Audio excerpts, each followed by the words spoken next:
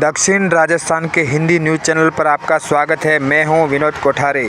खबरों से जुड़े रहने के लिए चैनल को सब्सक्राइब कर ले, बेल आइकन जरूर प्रेस करें ताकि हर अगली अपडेट आप तक पहुंचती रहे। उपनगरीय क्षेत्र रामपुरा के दूधिया गणेश स्थित अम्बेडकर ग्राउंड में 5 अक्टूबर रविवार को विश्व संत श्रमण संघीय उपाध्याय पुष्कर मुनि महाराज साहब का 116वां जन्मोत्सव बड़ी हर्षोल्लास के साथ मनाया गया। कार्यक्रम में डॉक्टर चिंतन श्री जी ने पानी से सिर्फ शरीर की प्यास बुझाई जा सकती है, भवों की प्यास बुझाने जिनवाणी जरूरी है और पुष्कर तो तीर्थ है। नमो का उल्टा मौन है। झुकने का मतलब जीवन जीना सीख लिया। क्रोध पर नियंत्रण नहीं है तो यही समस्या सबसे बड़ी है। वहीं रविंद्र मुनि नीरज ने वर्तमान परिप्रेक्ष्य पर वक्तव्य प्रस्तुत किया और समाज को संगठित रहने का आह्वान किया। जिनेन्द्र मुनि महाराज द्वारा रचित जिनेन्द्र दोहे पुस्तक का विमोचन भी इस अवसर पर किया गया। वहीं महिलाओं द्वारा गीत प्रस्तुत किए गए। उदयपुर शहर के विधायक ताराचंद जैन ने अपने उद्बोधन में जैनत्व को जिंदा रखने की बात कही। कार्यक्रम में भामाशाह और मेहमानों का शॉल और मोमेंटों से स्वागत किया गया।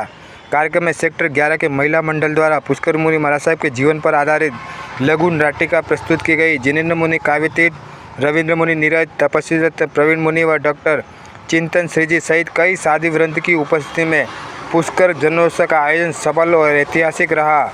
इस अवसर पर कार्यक्रम में शहर विधायक ताराचंद जैन, उदयपुर ग्रामीण विधायक फूल सिंह मीणा, प्रीति सक्तावत, अतुल चंडालिया, शांतिलाल वेलावत, विनोद दलाल सहित बड़ी संख्या में सायरा गोगुंदा, वाकल, सूरत, मुंबई, झाड़ोल से बड़ी संख्या में जैन धर्मावलंबियों की उपस्थिति रही।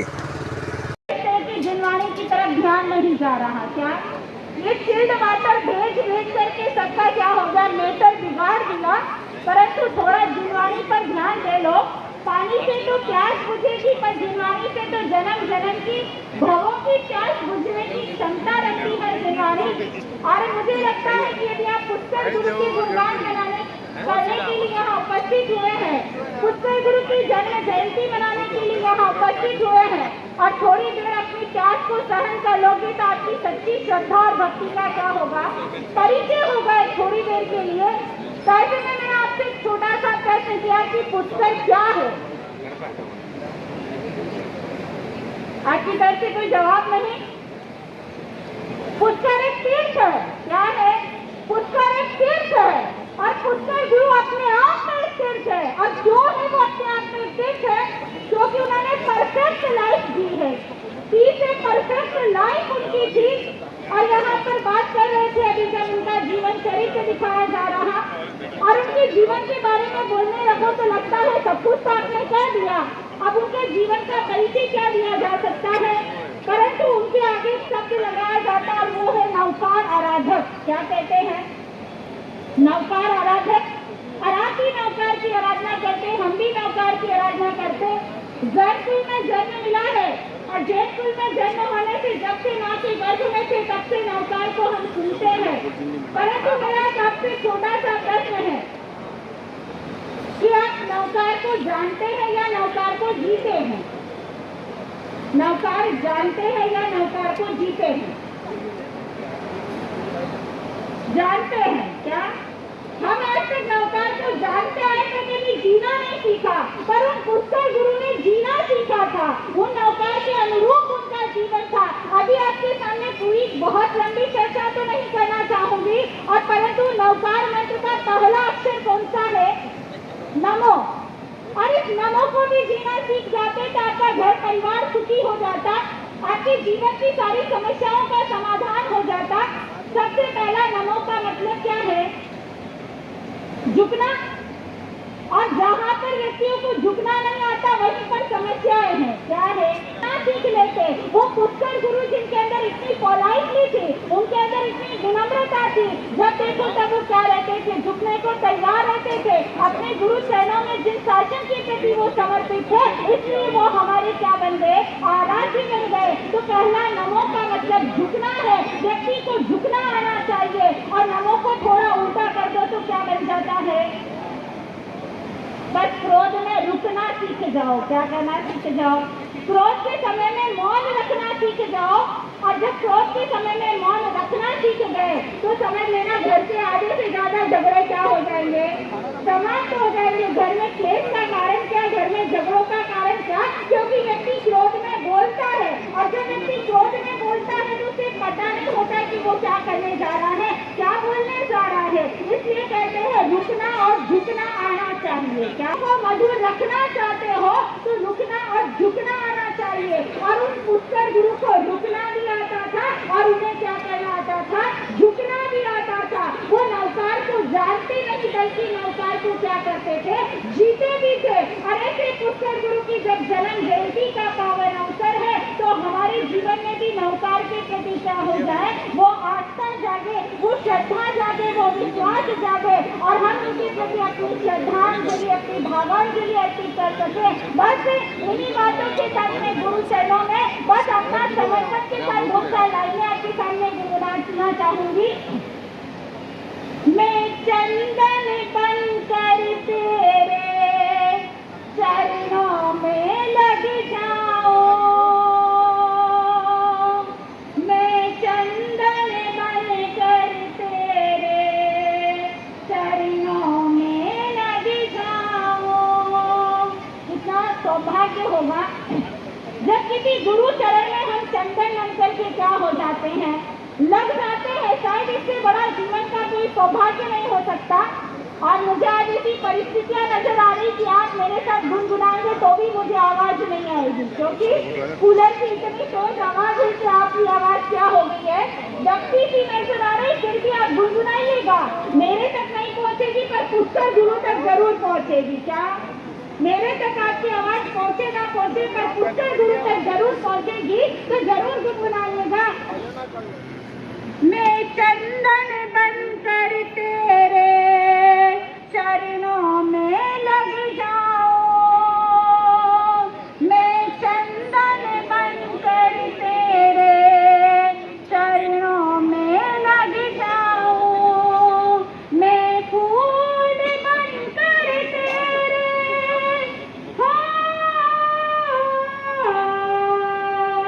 मैं फूल बनकर दूजा गणेश जी श्री संगरो देखो भाग्य जागो, गुणगान करी बेला में यो चार तीर्थरो मेलो लाग्यो, मणि श्रद्धा सो हो मणि श्रद्धा जो के चरणियो, भक्ता पर जादू करियो, माँ सरसिरो जायोड़ो, भक्ता पर जादू करियो, रति राम जीरो बालोड़ो, भक्ता पर जादू करियो। इन्हीं भावों के साथ में गुरुदेव का जहाँ पर आज हमारे किस प्रकार से आप सुन रहे हैं कि आज हमारे श्रवण संघ के युवाचार्य जो कि भावी अनुशास्ता के रूप में आने वाले हैं, उनका आज 69वां क्या मना रहे हैं, 59वां जहां जन्म दिवस महोत्सव मनाया जा रहा है। और साथ ही भिलवाड़ा के कई वासिंदे आज बम्बई पनवेल पहुंच चुके हैं और इसी के साथ में भावी चातुर्मास की घोषणा होने वाली है। तो श्रद्धेय युवाचार्य श्री के प्रति भी शुभकामना और मंगल कामना है कि दीर्घ आयु हो, शतायु हो, जिन शासन को उनका शासन मिलता रहे, यही उनके प्रति मंगल कामना है। साथ ही एक बात और निवेदन करना चाहूंगी कि आज आसो शुक्ला कौन सी चेरस है, आज आसो शुक्ला त्रयोदशी का दिवस है और आज हमारी ही परंपरा के जहाँ पर किस प्रकार से यश पूर्णिमा की बगिया में खिलने वाले पुष्प थे, आज उन्हीं का भी जन्म दिवस को परम पूज्य श्री सिद्ध कंवर जी महाराज साहब, जिनका भी जन्म दिवस आज के ही दिन मनाया जा रहा है, जहां पर गोरादा और बम्बई के अंदर कार्यक्रम चल रहे हैं। परंतु आज इस सभा के बीच में गौरव के साथ कहना चाहूंगी कि ऐसे यश पूर्णिमा मैया के बगैर के फूल खिलने वाले हमारे परम पूज्य श्री सिद्ध कंवर जी महाराज साहब थे, उनका भी जन्म आज ही के दिन उस बेगों की धरा पर रात व्याकुल में हुआ था, जिनके पिता घाशीराम जी और माता हुलसा थी। किस प्रकार से जीवन साधना चलती रही उनकी, और आपको ज्ञात होगा 2008 के अंदर जब वे गुजरात की धरा से लौट रहे थे और आपके उदयपुर से पहले वह पहुंच चुके थे और खरपीना आते आते क्या हुआ था उनका, एक्सीडेंट हुआ था और उसी एक्सीडेंट में उन्होंने उस पार्थिव देह का त्याग किया था, तो आज वह आत्मा देह दृष्टा हमारे बीच में नहीं है, परंतु इस पावन तिथि पर उनके पावन श्री चरणों में भी मैं श्रद्धांजलि और विनयांजलि अर्पित करती हूँ कि जहाँ पर भी उनकी आत्मा विराजमान हो वहाँ से अपने सिद्धालय की ओर आगे कदम बढ़े। इन्हीं मंगलमय भावों के साथ में सभी गुरु भगवान और गुरुवर्या के पावन श्री चरणों में आज की इस श्रृंखला को समर्पित करते हुए वाणी को विराम देना चाहूंगी। गुरु भगवंत श्री महेंद्र ऋषि जी महाराज साहब के श्री चरणों में आज इनका दीक्षा दिवस है। राष्ट्र संत गुरुदेव श्री गणेश मुनि जी महाराज साहब हमारे सामने समकक्ष, जिनका हमें सानिध्य आशीर्वाद मिल रहा है और जिनके सानिध्य से आशीर्वाद से जो बरसों से एक गुमनाम का संघ था और बहुत पीछे था दूधिया गणेश जी, जहाँ पर चारों तरफ जैन समाज के घर हैं और जिनका नाम लेकर के आज वो दूधिया गणेश जी वाला क्षेत्र पूरे भारतवर्ष में विख्यात हो रहा है। ऐसे हमारे श्री वीरेंद्र मुनि जी महाराज साहब, आपका भी आज दीक्षा दिवस है। आपके श्री चरणों में सत सत नमन वंदन अभिनंदन। परवीन मुनि जी महाराज साहब को वंदन अभिनंदन। बहुत दूर से पधारे, हमारे संघ को संपूर्ण करने में अहम योगदान देने वाले महासाध्वी वीरेंद्र मणिप्रभा जी महाराज साहब, सुमन प्रभा जी महाराज साहब, चिंतन श्री जी महाराज साहब, आपका बहुत बहुत आभार है और आपके सहयोग को हम आज जीवन कभी अविस्मरण नहीं कर पाएंगे, हमेशा यादों में रहेगा ये सहयोग। जब जब भी आपको याद किया आप तब तक पधारे हैं। होती है देखो साधना ऐसी होती है, देखो साधना, देख साधना अनुपम तेरी सहज शीश झुक जाते हैं, ब्रह्मचारी का तेज देख कर सहज हाथ जुड़ जाते हैं, ये कण कण इनको अर्पण है, ये अरिहंतों की दर्पण है, कैसी होती है देखो साधना ऐसी होती है, देखो साधना।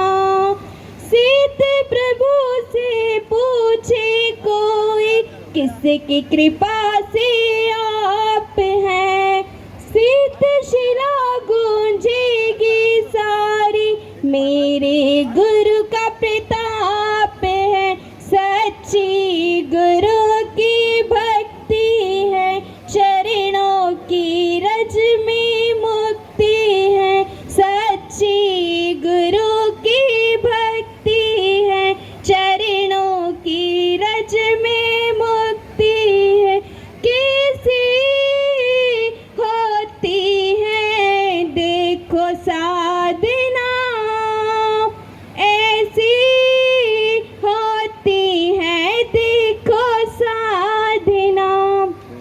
पंकज पंख में खिलती देखा पर ऐसा नहीं देखा है, सबके हाथ में भाग्य की रेखा, इनके मोक्ष की रेखा है, रग रग में संयम बहता है, रग रग में संयम बहता है, ये देख के हर मन कहता है, ऐसी करनी है हमको साधना, ऐसी होती है देखो साधना।